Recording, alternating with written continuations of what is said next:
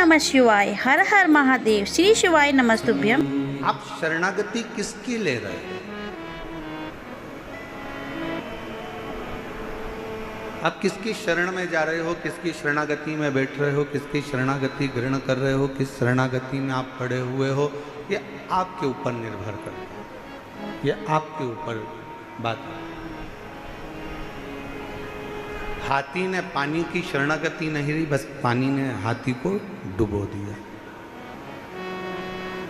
कोई जीव जंतु गया, पानी ने उसको डुबो दिया। पर मछली पानी की शरणागति में रहती है तो पानी मछली को डूबने नहीं देता।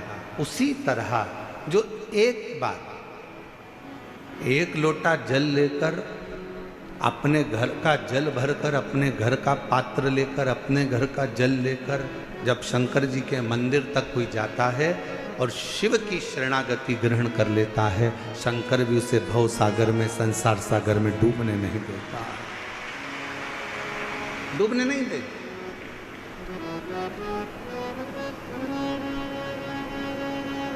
एक बड़ा सुंदर प्रसंग आता है, हस्तिनापुर शिव महापुराण की कथा आप लोग श्रवण कर रहे हैं, निरंकारी मैदान दिल्ली में, स्मरण करिएगा। एक बार माता पार्वती जी भगवान शंकर के साथ में नंदी पर बैठकर भ्रमण करने के लिए निकलती हैं, चलती।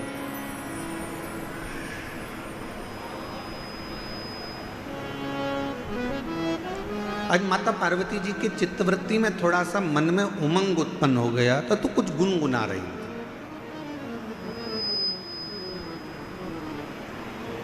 कभी कभी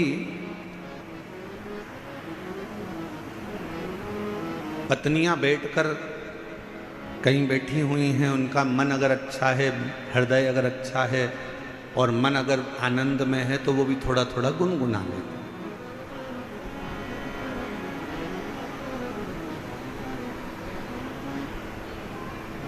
थोड़ा थोड़ा गुनगुनाने का कार्य कर लेते।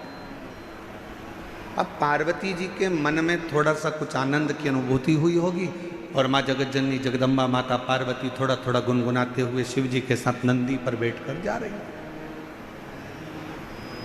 कितना सुंदर भाव कहा गया कि एक पत्नी का पति के प्रति और पति का पत्नी के प्रति एक कर्तव्य सबसे बड़ा ये है कि कभी भी अपनी पत्नी को कहीं लेकर जाओ या पत्नी अपने पति के साथ कहीं पर जाए तो दोनों का तालमेल ऐसा होना चाहिए कि दोनों के चेहरे पर एक स्माइल, एक प्रसन्नता, एक आनंदता दोनों के मुख पर होना चाहिए।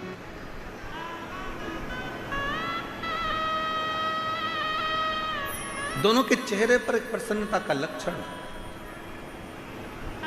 थोड़ा सा भाव प्रसन्नता का सम्मुख में प्रकट। पर आज का जमाना बड़ा विचित्र है। 10 मिनट के लिए, वैसे तो दिल्ली जैसे शहर में तो हम कल देखे कि कल हमको एक कार्यक्रम में जाना था तो हमने देखा कि हमको तो यहाँ ऐसा लगता है कि लोग शादी में जाते होंगे, मान लो 9 बजे रात्रि को शादी चालू हो रही है और 9 बजे इनको शादी में पहुँचना है तो 6 बजे से घर से निकलते होंगे।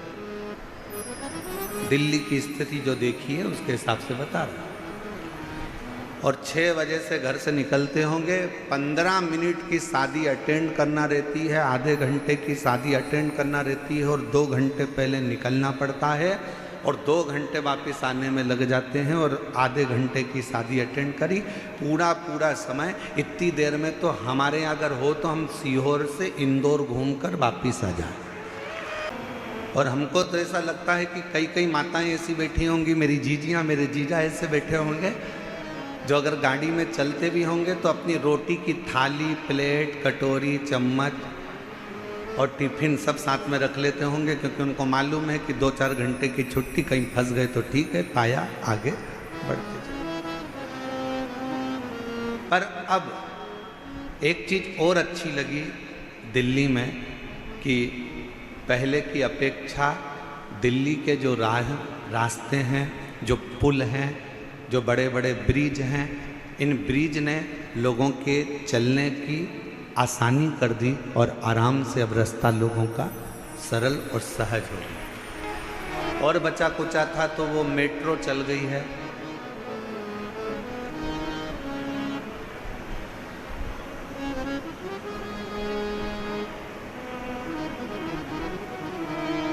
अच्छा, मेट्रो भी अपने को सिखाती है, नीचे चलती नहीं, ऊपर चलती है। और जो थोड़ा सा ऊपर बढ़ा, मेट्रो में बैठा, मेट्रो ने आपको मंजिल तक छोड़ दिया। शिव महापुराण भी यही कहती है, थोड़ा सा भक्ति का बल ऊंचा करिए तो आप शंकर जी की कृपा से आपकी मंजिल तक पहुंचने में देरी नहीं होगी।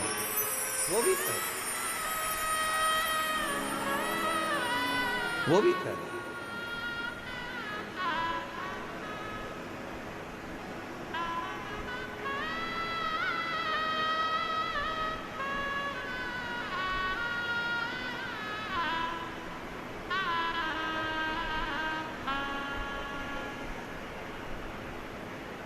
और मैंने तेरे ही भरोसे बाबा, तेरे ही भरोसे। पार्वती जी और शिव जी दोनों नंदी पर बैठे हैं। पार्वती जी गुनगुनाती हुई आगे बढ़ रही हैं। हृदय में ये उमंगता होना चाहिए, हृदय में ये उत्साह होना चाहिए, हृदय में ये आनंद होना चाहिए। और पार्वती जी गुनगुनाती हुई जा रही थी। आज माँ पार्वती जी ने देखा कि पूरा वीरान पड़ा हुआ है और एकांत तो कोई स्थल मिल गया। पार्वती जी ने शिव जी के हाथ जोड़े और शंकर जी को प्रणाम कर कर पार्वती जी ने उस स्थान पर रोक दिया। बाबा, थोड़ा नंदी को कहो ना रुकेगा, थोड़ा नंदी को बोलिए रुक जाएगा। नंदी को रोका।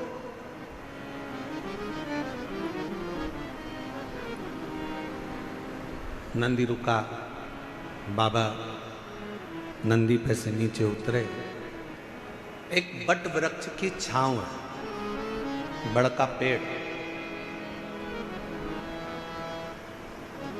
उस बट वृक्ष की छांव में मेरे भगवान शंकर नंदी से उतर कर बैठ गए। माँ जगतजननी जगदम्बा उनके चरणों में जाकर बैठ गई। मेरी पार्वती माँ उनके चरणों में बैठी।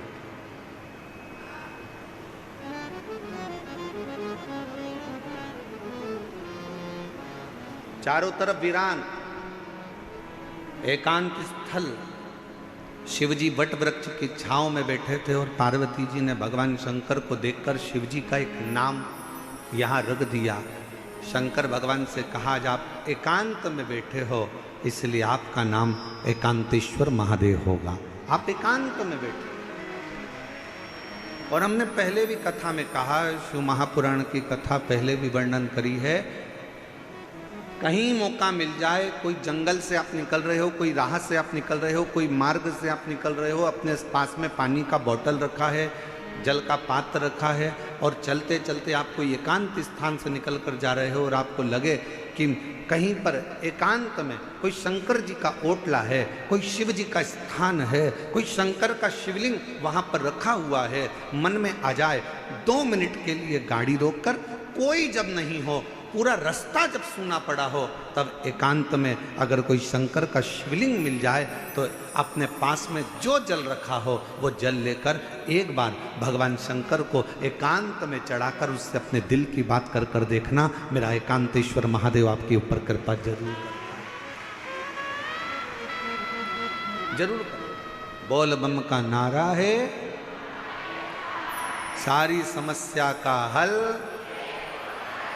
एकांतेश्वर महादेव करुणा जरूर करे, कृपा जरूर करेगा।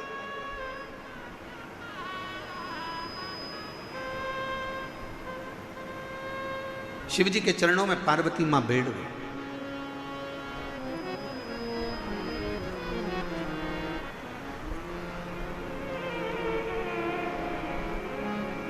और कितना सुंदर भाव कहा,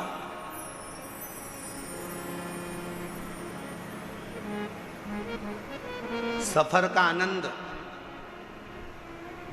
बड़ी गाड़ी में मिलता है क्या? जम के बोलो जरा। कहीं जा रहे हो, केदारनाथ जी दर्शन करने जा रहे हो, या मथुरा जी में वृंदावन में बिहारी जी का दर्शन करने जा रहे हो, या अयोध्या जी जा रहे हो, सांवरिया सेठ जा रहे हो, खाटू श्याम बाबा का दर्शन करने जा रहे हो, सालासर बाबा जी का दर्शन करने जा रहे हो, सीहोर कुबरेश्वर धाम में भोलेनाथ जी का कंकर शंकर दर्शन करने के लिए जा रहे हो, या कहीं दूर आप सफर कर रहे हो और बहुत बड़ी गाड़ी है आपके पास में, बहुत बड़ी गाड़ी।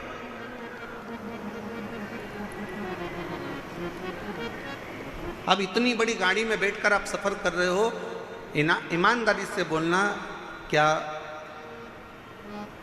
आनंद बड़ी गाड़ी में मिलता है?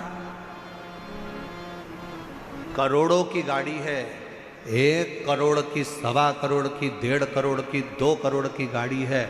क्या आनंद उस 2 करोड़ की गाड़ी में मिलता है?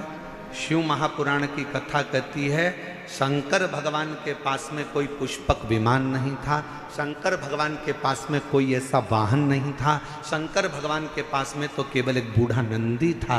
शिव महापुराण की कथा कहती है, आपके पास में बहुत बड़ी गाड़ी है, आपके पास में करोड़ों की गाड़ी है। शिव पुराण की कथा कहती है, क्या उसमें आनंद मिलता है? शिव कथा कहती है, बड़ी गाड़ी में आनंद नहीं मिलता, बड़े पैसे की गाड़ी में आनंद नहीं मिलता, जो आनंद किसी बड़े दिल वाले के साथ सफर करा जाता है तो आनंद प्राप्त होता है। करोड़ों की गाड़ी है, मालूम पड़े पैसे की गाड़ी तो हो गई, बहुत महंगी गाड़ी है, बहुत पैसे की गाड़ी है, बहुत बड़ी गाड़ी है, और मालूम पड़े उस गाड़ी को लेकर जाने वाला व्यक्ति दिल का बड़ा नहीं है, मन का बड़ा नहीं है, जरा जरा सी बात में कचर कचर कर रहा है, थोड़ी थोड़ी सी बात में लड़ने बैठ गया, थोड़ी थोड़ी सी बात में झगड़ा करने बैठ गया, थोड़ी सी बात में विवाद करने बैठ गया। ईमानदारी से बोलो, वो करोड़ों की गाड़ी में तुम्हें सुख मिलेगा क्या? अरे बोलो तो मेरी दिल्ली की जीजी हो, दिल्ली के जी जाओ, जम के बोलो जरा, मिलेगा सुख? नहीं। बड़ी गाड़ी में जो सुख नहीं है, पैसे की गाड़ी में जो सुख नहीं है, वो सुख किसी बड़े, अगर पति का हृदय बड़ा है भले उसके पास में गाड़ी नहीं है, पिता का हृदय बड़ा है भले उसके पास में गाड़ी नहीं है, भाई का हृदय बड़ा है भले उसके पास गाड़ी नहीं है, तो निवेदन करूंगा, ये सारी बड़ी गाड़ियों को छोड़कर आपका पति अगर ऑटो में भी लेकर जा रहा है और उसका दिल बड़ा है, तो ऑटो में ही तुम्हें 4 व्हीलर का सुख प्राप्त होगा, उसमें वो सुख प्राप्त हो।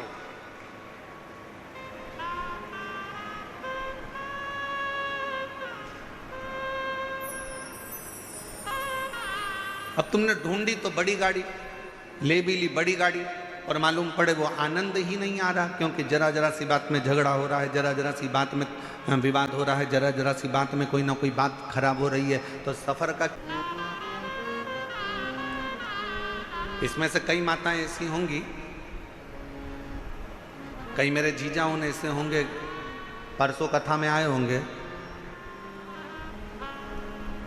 कल आंधी में टेंट टूट गया,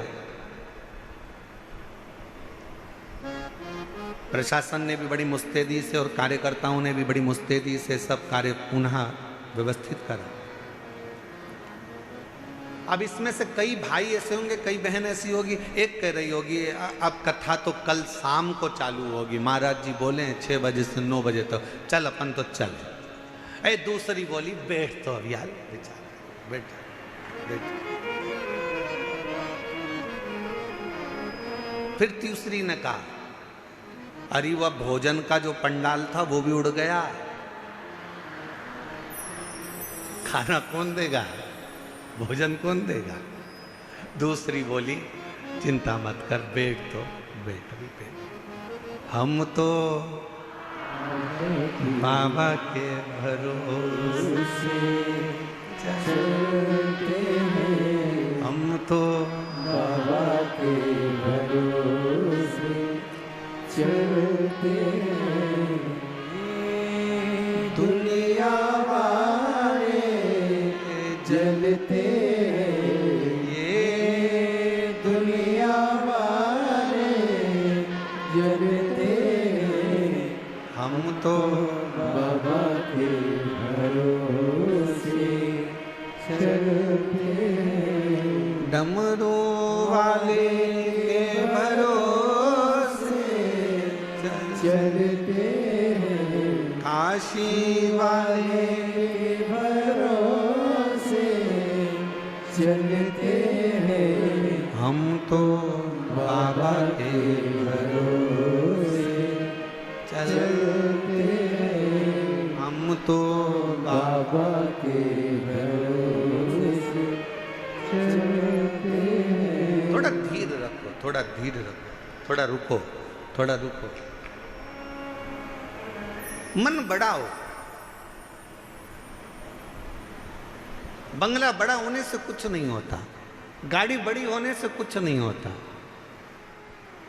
व्यापार बड़ा होने से कुछ नहीं होता। शिव महापुराण की कथा कहती है, दिल जिसका बड़ा हो, घर भले छोटा हो, निवेदन है एक बार उसके घर में जाकर देखना, जो जीवन का आनंद मिलेगा वो कहीं प्राप्त नहीं हो सकता।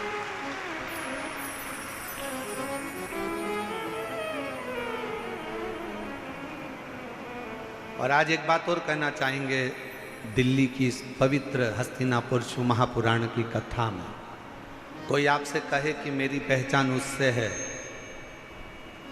कोई आपसे कहे कि मेरी पहचान उससे है, कोई आपसे कहे कि मेरी पहचान उससे है, भरोसा मत करना। अगर कोई ऐसा मिल जाए तुम्हारी जिंदगी में, वो कह दे मेरी पहचान मेरे शंकर से है, तो भरोसा कर लेना कि वो शिव का। एकांत में बैठी हैं मां पार्वती मैया ने भगवान शिव जी से विनय करा, निवेदन करा, प्रार्थना करी, विनय करा। और एक प्रश्न माता पार्वती जी ने भगवान शिव जी से पूछ लिया। एक प्रश्न आज पार्वती जी ने भगवान शंकर से एक प्रश्न पूछा कि भोले बाबा ये बताओ,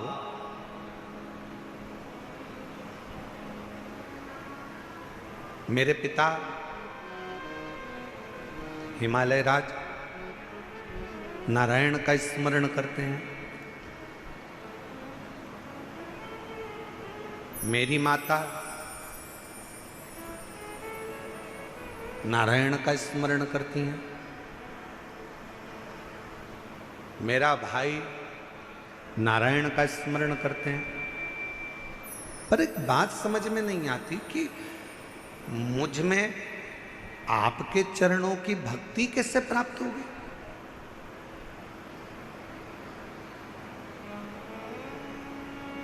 मेरा पूरा घर नारायण का भगत है, मेरा पूरा परिवार नारायण का भगत है, पर मेरे दिल में शिव के प्रति भक्ति कैसे जागृत होगी, शंकर जी के प्रति विश्वास कैसे जागृत होगा, शिव जी के प्रति भरोसा कैसे जागृत होगा, मुझे यह समझ में नहीं आ रहा। ये कैसे हो सकता है?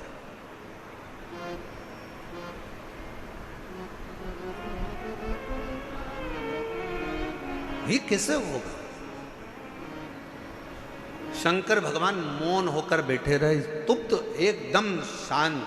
भगवान शिव थोड़ी देर बैठे रहे और फिर निवेदन करेंगे, कहीं एकांतेश्वर महादेव आपको दिख जाएं।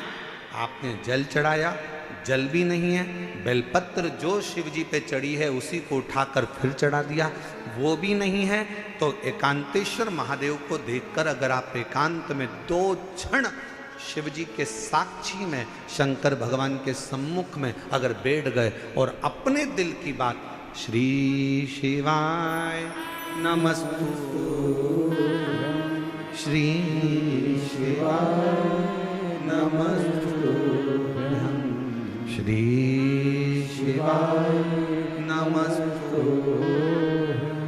श्री शिवाय नमस्तु। एकांत में बैठकर अगर आपने भगवान शंकर के मूल मंत्र का जाप कर कर अगर अपने दिल की बात भगवान देवाधिदेव महादेव से अगर कह दी, तो निश्चित है कि मेरा शिव आपके हृदय की बात को स्वीकार कर कर आपकी झोली खुशियों से जरूर भर देगा। एकांतेश्वर महादेव।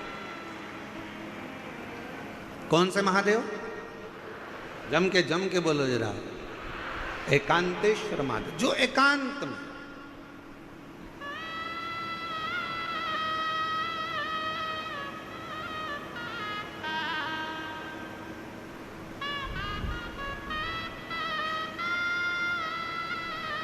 अच्छा, कई लोगों ने कहा गुरुजी ये एकांतेश्वर महादेव से कहो तो एकांतेश्वर महादेव सुनते बहुत हैं।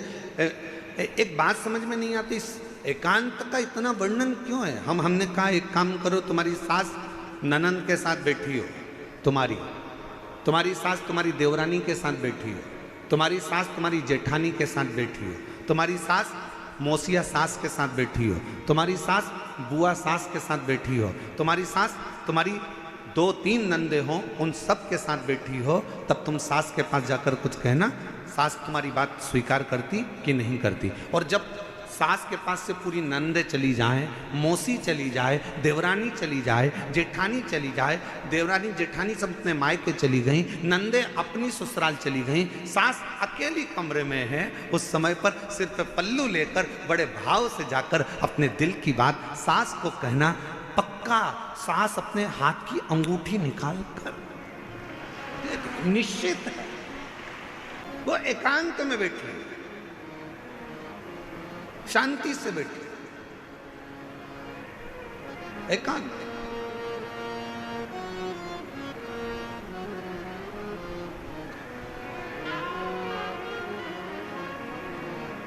कभी एकांत में बैठे भगवान शिव जी से प्रार्थना करिए, जैसे पार्वती जी कर रही है। पार्वती जी ने कहा, मुझे समझ में नहीं आया, मेरे पिताजी नारायण के भगत हैं, मेरी माता नारायण की भक्ति करती हैं, मेरा भाई नारायण की भक्ति करता है, पर मुझ में ये शिव तत्व, ये भगवान शंकर के प्रति अविरल भक्ति, मेरे को भगवान शंकर के प्रति विश्वास, मेरे मन में ये शिव जी के प्रति भरोसा कैसे जागृत हो गया?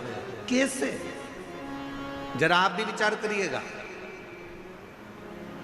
कई माताएं अपने मन पर विचार करिएगा कि आपके घर में भी किसी के घर में कोई की सेवा होती है, किसी घर में नारायण की सेवा होती है, किसी घर में राम जी की सेवा होती है, किसी के घर में कृष्ण की सेवा होती है, किसी के घर में जगत जननी जगदम्बा की सेवा होती है, किसी के घर में दत्त की सेवा होती है, किसी के घर में गुरु की सेवा होती है, किसी के घर में कोई सेवा होती है। पर आप शंकर जी से कैसे जुड़ गए?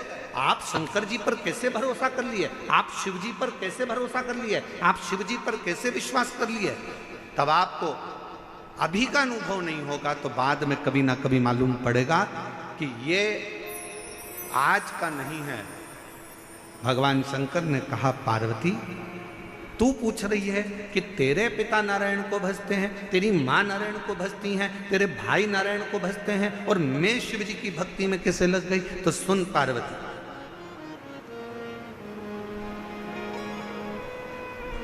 तेरी जो नानी है,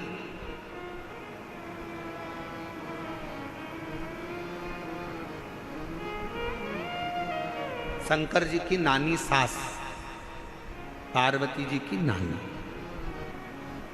क्या नाम था उनका?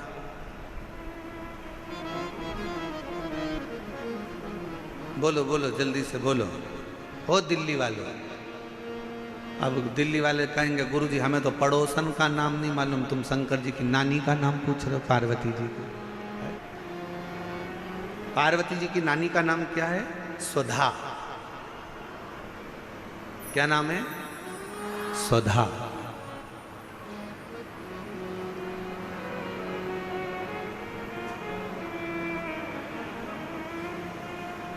पार्वती जी के नाना जी कौन थे? पित्र। पितृ लोक में जो पितर निवास करते हैं, उन पितर की पत्नी सुधा, और पितरों की जो 3 बेटियां हैं, मैना, धन्य और कला, पितरों की।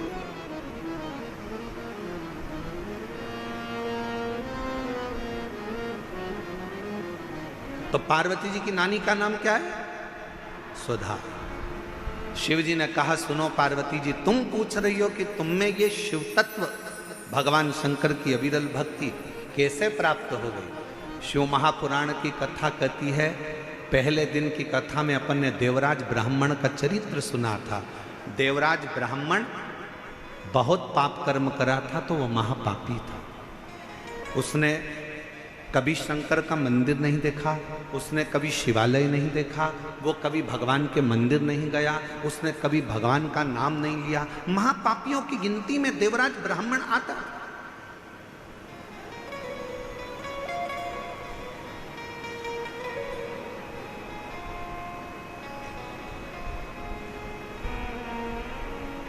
कोई पूर्व का कर्म अच्छा होगा तो ब्राह्मण के घर में जन्म लेना। ब्राह्मण के घर में जन्म लेने के बाद भी ब्राह्मण कर्म नहीं कर पाए। भगवान की आंखों से तू बच नहीं पाएगा, तू बच नहीं पाएगा। अरे ओ अज्ञानी मत करना, अरे ओ अज्ञानी मत करना। तेरे कर्म का फल तू ही पाएगा, जैसा किया तूने तेरे आगे आएगा। मत बुरे कर्म कर वरना पछताएगा। भगवान की आंखों से तू बच नहीं पाएगा, तू बच नहीं पाएगा। अरे हो अज्ञानी मत करना।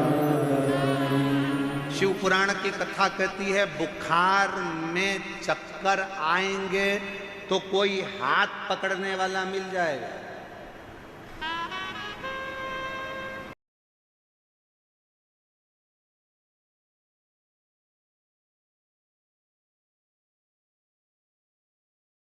बुखार का समय आएगा तो कोई हाथ पकड़ने वाला मिल जाएगा। शरीर में कष्ट होगा तो कोई हाथ पकड़ने वाला मिल जाएगा। बुखार में कमजोरी आएगी तो कोई हाथ पकड़ने वाला मिल जाएगा। शरीर में कमजोरी आएगी तो कोई हाथ पकड़ने वाला मिल जाएगा। चक्कर अगर थोड़ा सा आया तो कोई हाथ पकड़ने वाला मिल जाएगा। पर शिव पुराण की कथा कहती है, जब दुख का चक्कर चलता है तो कोई हाथ पकड़ने वाला नहीं मिलता है, हाथ केवल महादेव पकड़ता है। केवल एक, केवल बुखार का चक्कर आया ना, कहीं गिर रहे होगे तो कोई पकड़ लेगा।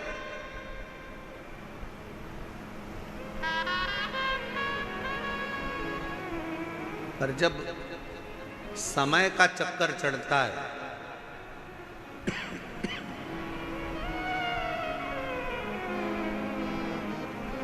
जब समय का चक्कर आता है तब कोई पकड़ने वाला नहीं है। कोई कौन पकड़े? बुखार में हाथ पकड़ने वाले बहुत होंगे, कमजोरी में हाथ पकड़ने वाले बहुत होंगे, पर जब दुख का चक्कर आएगा, कोई विपदा आएगी, कोई कष्ट आएगा, तब कोई हाथ नहीं पकड़ेगा। कोई नहीं। उस समय पर कोई हाथ नहीं पकड़ेगा। पर शिव पुराण की कथा कहती है, उस समय पर केवल एक, तुमने जो शंकर जी को एक लोटा जल रोज चढ़ाया है, ये हाथ तुम्हारा आगे बढ़कर एक लोटा जल जो शिव जी पर चढ़ाता है, वो हाथ को कोई पकड़े चाहे ना पकड़े, मेरा देव अधिदेव महादेव तुम्हारे हाथ को जरूर पकड़ लेगा। वो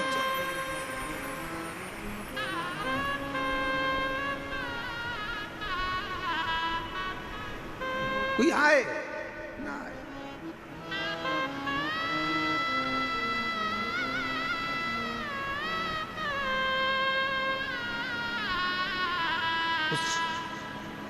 शिव के आश्रित हो, शिव के आश्रित।